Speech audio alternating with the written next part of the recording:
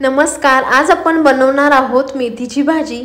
तर तुम्ही म्हणाल तर आम्ही सुद्धा बनवतो मेथीची भाजी, पण माझ्या या पद्धतीने बनवली तर अगदी सुगंधाने सुद्धा खावीशी वाटणारी थोडी वेगळ्या पद्धतीची मेथीची भाजी आज आपण बनवणार आहोत.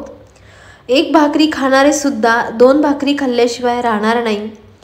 सुरुवातीला इथे मी फ्रेश मेथीची एक गड्डी घेतलेली आहे. आपल्याला स्वच्छ अशी अगोदर साफ करून घ्यायची आहे.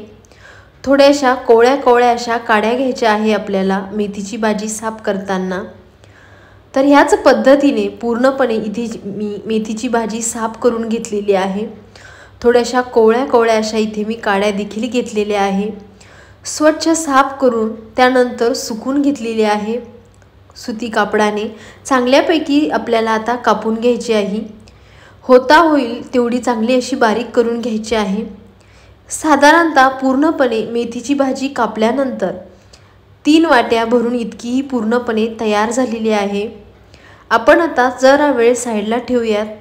तोपर्यंत एका प्रेशर कुकरमध्ये अर्धी वाटी रोजच्या वापरातली तूर डाळ घेतलेली आहे. आता मी इथे घरगुती घेतलेली आहे.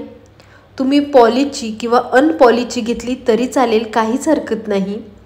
सुरुवातीला खूप सारं पाणी टाकायचं आहे. 1 ते 2 पाण्याने स्वच्छ अशी धुवून घ्यायची आहे तूर डाळ. धुतल्यानंतर यामध्ये आता आपल्याला एक मध्यम आकाराचा टोमॅटो टाकून घ्यायचा आहे. त्याचबरोबर इथे पाव वाटी शेंगदाणे टाकायचे आहे. अप्रतिम लागतात मेथीच्या भाजीमध्ये. मध्यम आकाराच्या 3 हिरव्या मिरच्या इथे मी छोटे असे अगदी काप करून घेतलेले आहे. त्याच्यानंतर अर्धा चमचा भरून आल्या लसणाची पेस्ट टाकायची आहे. आल्या लसणाची पेस्ट टाकल्यानंतर अप्रतिम अशी पातळ मेथीची भाजी तयार होते. 3 वाटी भरून आपण जी काही मेथी कापून घेतलेली होती ती प्रेशर कुकरमध्ये टाकून घ्यायची आहे. त्यानंतर खूप जास्त पाण्याचा देखील आपल्याला वापर करायचा नाही. 1.5 वाटी यामध्ये मी पाणी टाकून घेणार आहे. त्यानंतर आपण मध्यम आचेवर 2 ते 3 शिट्ट्या काढून घेणार आहोत. आता प्रत्येकाच्या कुकरवर असतं. काहीच्या कुकरमध्ये 2 शिट्ट्या तर काहींच्या 3 शिट्ट्यासुद्धा लागतात. मी मध्य आचेवर 3 शिट्ट्या इथे काढून घेतलेल्या आहे. आणि मस्त अशी मेथीची भाजी त्याचबरोबर जे काही आपण यामध्ये साहित्य टाकून घेतलेलं होतं ते अतिशय मस्त असं शिजलेलं आहे.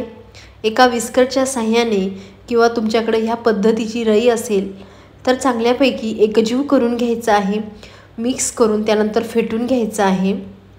ह्या पद्धतीमध्ये अतिशय मस्त अशी डाळ शिजल्यामुळं लवकरात लवकर तीसुद्धा एकजीव झालेली आहे. आता एका कढईमध्ये 1 ते 1.5 चमचा भरून मी तेल टाकून घेतलेलं आहे. ही भाजी बनवताना खूप जास्त तेलाचा देखील वापर करायचा नाही. अगदी 1 चमचा तेलामध्ये मस्त अशी चविष्ट भाजी तयार देखील होते. अर्धा चमचा इथे जिरे टाकून घेतलेले आहे. त्याचबरोबर अर्धा चमचा मोहरी टाकून घेतली. जिरे आणि मोहरी चांगल्यापैकी फुलू द्यायची तडतड उडेपर्यंत. अगदी चिमूटभर हिंग टाकून घेतलेला आहे. 5 ते 6 अगदी ताजे असे कढीपत्त्याचे पानं आणि 10 ते 12 लसणाच्या अशा पाकळ्या मी ठेचून घेतलेल्या आहे. आता ह्या लसणामुळे अतिशय अशी मस्त स्वादिष्ट अशी भाजी तयार होते. त्यामुळे आपल्याला लसूण खलबत्त्यामध्ये असा ठेचून त्यामध्ये भाजीचा आवर्जून वापर करायचा आहे. इथे आता मी अर्धा चमचा भरून हळद पावडर टाकून घेतली. चांगल्यापैकी लसूण पूर्णपणे लाल होईपर्यंत आपल्याला परतून घ्यायचा आहे. अगदी मंद आचेवर चांगल्यापैकी परतल्यानंतर मूठभर स्वच्छ धुवून आणि कापून घेतलेली कोथिंबीर टाकायची. अशी फोडणी टाकली की भाजी खायला अप्रतिम लागते.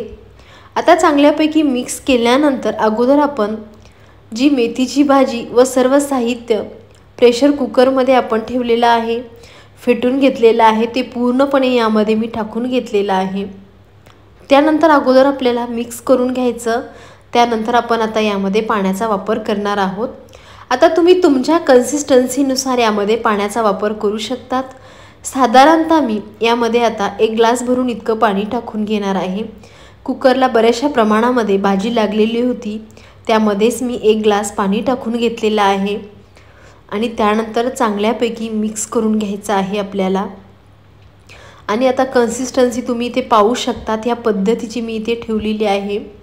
चवीपुरतं यामध्ये मी मीठ टाकून घेतलेलं आहे आणि मंद आचेवर साधारणतः 2 ते 3 मिनटं चांगल्यापैकी मी इथे उकळून घेतलेली आहे। भाजी बऱ्याचशा प्रमाणात कमी झालेली आहे आणि आता सध्या पातळ जरी दिसत असेल, जशी जशी ही पूर्णपणे भाजी थंड होत जाते तशी तशी पूर्णपणे ही भाजी घट्ट देखील होते।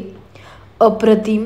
गॅस बंद करणार आहोत व सर्विंग प्लेटमध्ये सर्व करणार आहोत। आणि आता बऱ्याचशा प्रमाणामध्ये थंडी असल्यामुळं सगळीकडे बाजरीची भाकरी आवर्जून खाल्ल्या जाते, तर बाजरीच्या भाकरीसोबत चुरून खाण्यासाठी अगदी उत्तम पर्याय म्हणून ही भाजी केल्या जाते। अतिशय अप्रतिम लागते। या पद्धतीने केली तर तुम्ही नेहमीच या पद्धतीने बनवून खाल। तर कन्सिस्टन्सी अशीच ठेवायची आहे जेणेकरून थंड झाल्यानंतर अगदी घट्ट तयार होते।